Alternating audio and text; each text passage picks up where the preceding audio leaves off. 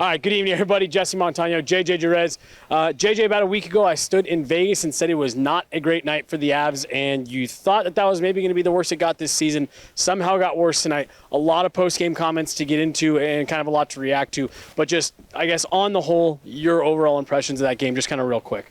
I mean, it's just crazy to watch this team, how they go from either being a really good team or being quite terrible, right? And getting blown out. There's just no in between for these guys, apparently. So, yeah, I mean, they got knocked down early and they just were never able to get back up, never were able to get back into that game. And it was really just that last little bit of that first period that really ruined the entire night for them, it feels like. Yeah, and what made it worse is it felt like the team kind of gave up in the third. Let's get to that here in a second, but let's go back to that first period because I think you're 100% right. They're down 1-0 late in that first. And they're in it, you know. They're generating some chances. Give Jordan Binnington some credit. He made some nice saves. More on him in a second. But then it was, what did I believe he said? The last minute, 13 seconds?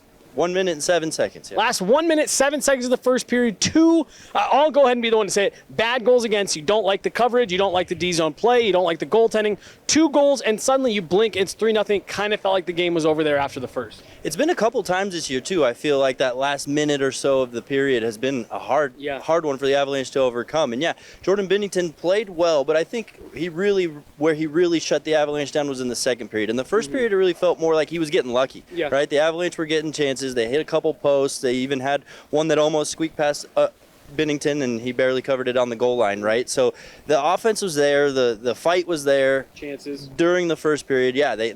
I have little qualms with the first period, to be honest with you. Just that last minute and 7 seconds really blew the entire night again. And it seemed like that last 1 minute, 7 seconds kind of carried the tone forward the rest of the way. Second period, again, you made the comment to me with about 9 minutes left. You said, we're past the halfway mark of this period. Are they going to get going at any point here? The Avs get a power play in the back half of the second period. 3 really good chances, honestly. You know, not to give them too much of an out here because they really did struggle for a large portion of this game. But it felt like in that third period, the middle frame, or the middle portion of it, when they got that power play, they had a chance to get back in it.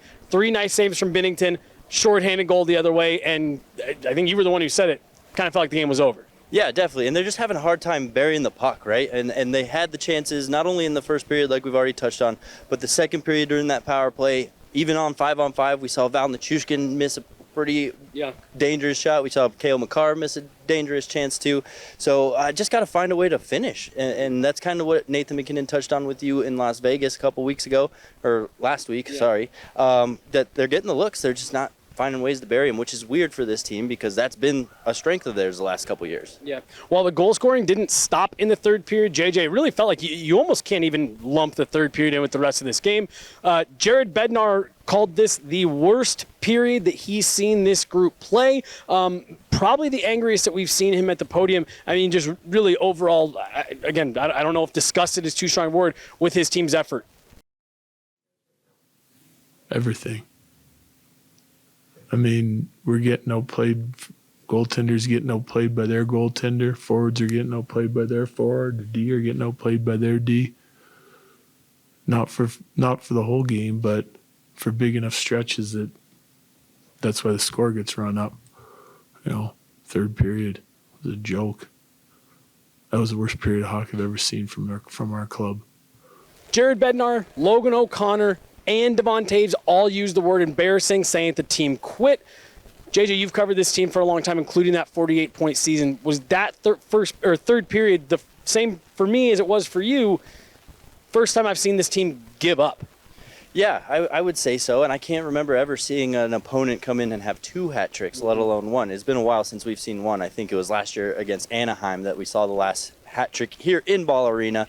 Another thing to note, I think, the Avalanche did give up 2 power play goals there, and let's not forget they're missing Andrew Cogliano and Arturi Lehkonen, 2 really big pieces of that penalty kill. So, I mean, I don't want to make excuses for them, but, I mean, when St. Louis Blues coming into town are the worst power play in the NHL, and they leave town not being the worst power play in the NHL, I think you can look at some missing pieces to kind of, I guess, absolve some of the pain. Point the finger out a bit. Yeah.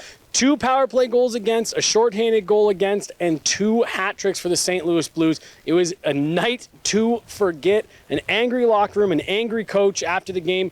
Good thing about the NHL and hockey is that you get a chance to bounce right back on Monday. The Avs have to go into Seattle, place you and I talked about yesterday on the podcast, has not been friendly to the Avs. It seems like the Kraken are in their head a bit.